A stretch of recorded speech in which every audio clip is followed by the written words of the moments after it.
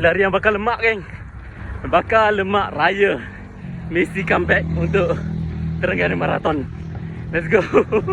Woo. 500 meter dah nak tumbang rasa. Tu pun pace 8. Peduli kan. Mantap. 1:7:22. Habis tu, habis tekan tu. KM 2:7:30. Halah, super blast 3, geng. Super blast 3. Tapi tu lah. My pace 9:10. Tak payah. Kalau slow tak payah pakai. Marah. Kau kata kasut mahal, lagi slow marah. Tunggu tarik nak kecil. Mampus. Cukup 3 kilo je malam ni.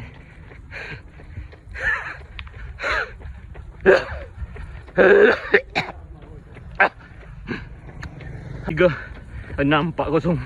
Tak nak dah. Lagi 2 kilo. Slow down.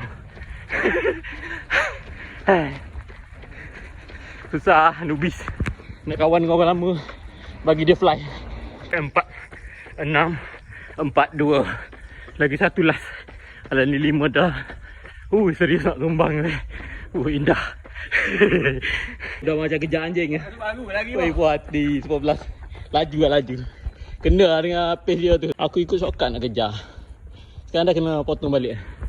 Lagi 600 meter je. Tolong. Pace 10:54. Crazy, man. Okay, jadilah tu malam ni. Dapat 5 kilo kan. Tapi barai gila. Total tadi 39 minit. Barai gila. KM last aku jalan kaki je. InsyaAllah kita slowly lah. Untuk awal-awal ni kita cari base dulu.